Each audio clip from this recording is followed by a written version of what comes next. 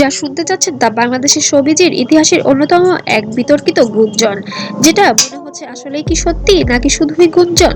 এবার শবনম ইয়াসমিন বুবলির সাথে নামের সাথে জড়িয়ে আছেন সাকিব খান, অন্যদিকে শবনম বুবলির নামের সাথে হঠাৎ করে মাঝখানে ঢুকে পড়লেন আরেক নতুন নাম, সেটা হচ্ছে গৌতম সাহা। প্রশ্ন উঠেছে, বুবলির গর্ভের সন্তানের পিতা আসলে কে? অপু বিশ্বাস কি সত্যিই এমন কিছু প্রমাণের কথা বলেছেন যা সব হিসাব পাল্টে দিতে পারে? ভিডিও শেষ পর্যন্ত থাকুন, কারণ প্রতিটা মিনিটে আছে যে আমাকে অনেক সময় অনেকে সংসার ভাঙার জন্য দায়ী করা হয়। নতুন নতুন টুইস্ট। সবকিছু শুরু হয় সোশ্যাল মিডিয়ার কিছু ভাইরাল পোস্ট থেকে। হঠাৎ করেই ফেসবুক, ইউটিউব ও কিছু অনলাইন এগুলো হচ্ছে সো পার্সোনাল। এটার জায়গা থেকে যদি এখন আমাকে সবকিছু ক্যামেরার সামনে এসে প্রুফ দিতে হয়, তাহলে আমার মনে হয় এটা অন্যদিকে চলে যায়।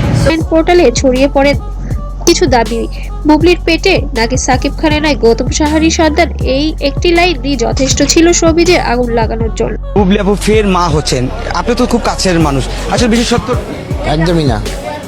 তাহলে কি কথা মিথ্যা? মিথ্যা।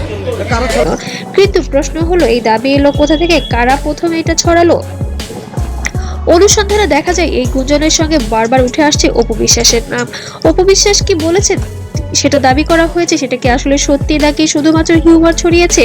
ভাইরাল পোস্টগুলোতে বলা হচ্ছে অপু বিশ্বাস নাকি ঘনিষ্ঠ মহলে বলেছেন সব টাইমলাইন মিলছে না, নাকি আমি তো আমার ছেলের সাথে অনেক বেশি ফ্রেন্ডলি এখন যেটা আস্তে আস্তে করে সে তিনি কিছু ব্যক্তিগত তথ্য কথোপকথন ইঙ্গিত দিয়েছেন, এমনকি কিছু পোস্টও দাবি করেছেন।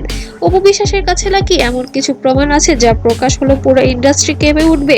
তবে গুরুত্বপূর্ণ বিষয়, অপু বিশ্বাস এখনো পর্যন্ত এই বিষয়ে কোনো অফিসিয়ালি ভিডিও বা লিখিত কোনো বিবৃতি দেননি। নোটিজেদের একটি বড় অংশ যে বিষয়টি নিয়ে সবচেয়ে বেশি কথা বলেছে, গর্ভধারণের সম্ভাব্য সময়, বুবলির সেই সময়ের উপস্থিতি এবং সাকিব খানের বিদেশ থাকা। এখানে সাকিব খান দাবি করেছেন, আমি তো তার কাছে থাকি না এবং আমি তো সেই সময় বিদেশ ছিলাম, তাহলে সে প্রেগনেন্ট হলো কিভাবে? তাহলে এগুলো কি শুধুই গুঞ্জন নাকি সত্যি সবকিছু? এখন সেটাই দেখার বিষয় সোশ্যাল মিডিয়াতে।